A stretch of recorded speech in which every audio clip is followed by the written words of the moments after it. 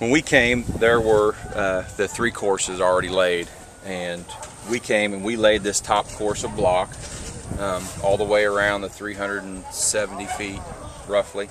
Then we came in and we formed up for the concrete and set these gates. And these gates, most of them were already pre-assembled from the campground, but there was a team of guys from Avon, Indiana that welded up the rest of the gates that we needed. So they got those welded, and our crew painted them and finished painting some of the ones that were here. And then we came in, set these gates. They welded them in place. You can see the rebar coming out of the column here. So all these gates are welded in. And then after that was done, then our crew came in, finished the forming process, and we mixed concrete by hand on the ground, a wheelbarrow at a time, and brought it here while other members of our team were finishing it. No, no, not at all. I mean, similar, but on a very, very much more primitive scale. Basically what we do is, for the mortar mix, the mortar in between the blocks, we actually had to sift the gravel from the sand. Basically we take a 1/4-inch wire mesh screen and you lean it on an angle, and you take shovelfuls of the sand gravel mix that they just dump out of the local rivers and the ocean that they get. You take and you pitch that through the screen, and it filters out the larger rocks, and that was the sand that we used for our mortar mix.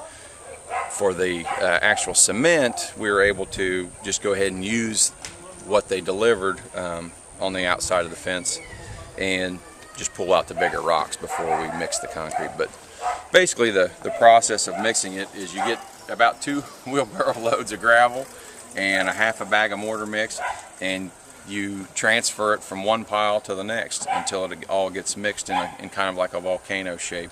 And then once it all has an even color, that dark gray color, then we would open up the center and make like a little ring and dump our water in there, and then slowly start turning it on itself. And it was very labor intensive. Yeah. Yeah. The thing that's different here is everything is precious, not just the people, but even all the materials. You don't want to waste anything. And in the States, we have a tendency to, if something's blemished or damaged or, you know, just not up to par, we don't use it.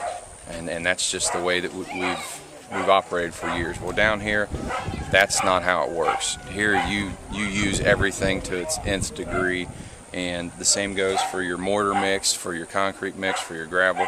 The nails, the wood, you know, you don't cut a board unless you absolutely have to, because it can be used and will be used for many different projects. As far as the mortar, you know, we were pouring it a little bit thinner than what we would normally pour in the States.